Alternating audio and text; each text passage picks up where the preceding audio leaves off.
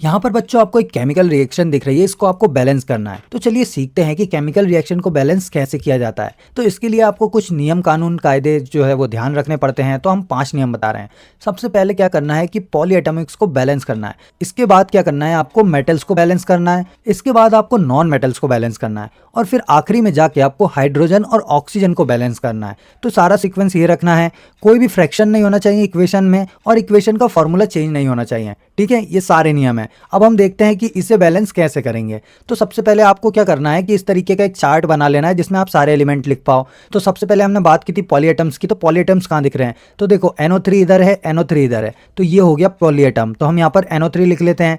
फिर हमने बात की थी कि हम मेटल या नॉन मेटल को लिखेंगे, तो कैल्शियम दोनों तरफ दिख रहा है ना, तो ये लिख लिया हमने। फिर हाइड्रोजन और ऑक्सीजन को लिख लेते हैं। अब बैलेंस करते हैं। तो सबसे पहले NO3 देखो, तो यहाँ पे NO3 1 है ना, एक ही सेट है 1 है। इधर कितना है भैया, तो इधर है 2। कैल्शियम की बात करें तो कैल्शियम दोनों तरफ 1 1 दिख रहा है, तो 1 1 लिख लेते हैं। हाइड्रोजन कितने हैं, तो हाइड्रोजन देखिए यहाँ पर 1 है और यहाँ पर 2 है ना, तो टोटल कितने हो गए, 3 हो गए हाइड्रोजन। और इस तरफ कितने हैं, यहाँ पर 2 हाइड्रोजन दिख रहे हैं और बाकी तो कहीं है ही नहीं, तो 2 हाइड्रोजन है। ऑक्सीजन की बात करें तो ये वाले ऑक्सीजन को नहीं लेना है, ये पॉलीएटम में हम ले चुके हैं, तो इस ऑक्सीजन को लेना है। कितना ऑक्सीजन है, 2 ऑक्सीजन है यहाँ पर, है ना। और इधर कितने हैं, तो इधर 1 ही है।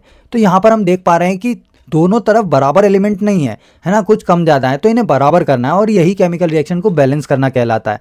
तो चलो बराबर करते हैं। सबसे पहले पॉलीएटम को बैलेंस करेंगे, तो इधर कितने हैं, 2 हैं, तो इधर भी कितने होने चाहिए, 2 होने चाहिए। तो कहाँ है भैया NO3, यहाँ है ना, तो 2 सेट करना है। तो नीचे वाले को हम कभी नहीं छेड़ेंगे, ऐसा नहीं कि यहाँ पे 2 लिख दिया या यहाँ पे 2 लिख दिया, नहीं, अपने को हमेशा यहाँ ऊपर लिखना है। तो यहाँ पर लिखेंगे 2 HNO3 हो जाएगा, तो यहाँ पर भी 2 हो गया और यहाँ पर भी 2 हो गया, है ना।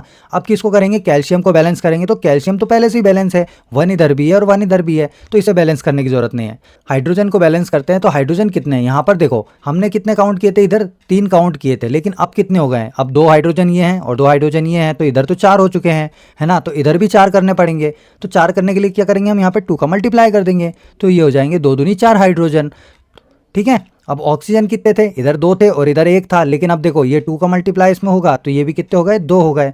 तो देखा आपने कितनी आसानी से हमने केमिकल रिएक्शन को बैलेंस कर लिया है। अब बैलेंस की हुई केमिकल रिएक्शन को लिख भी लेते हैं। तो इसे लिखेंगे, फाइनल जो रिएक्शन है 2HNO3 plus Ca plus OH square gives CaNO3 2 plus 2H2O। तो ये हो गई आपकी फाइनल केमिकल रिएक्शन।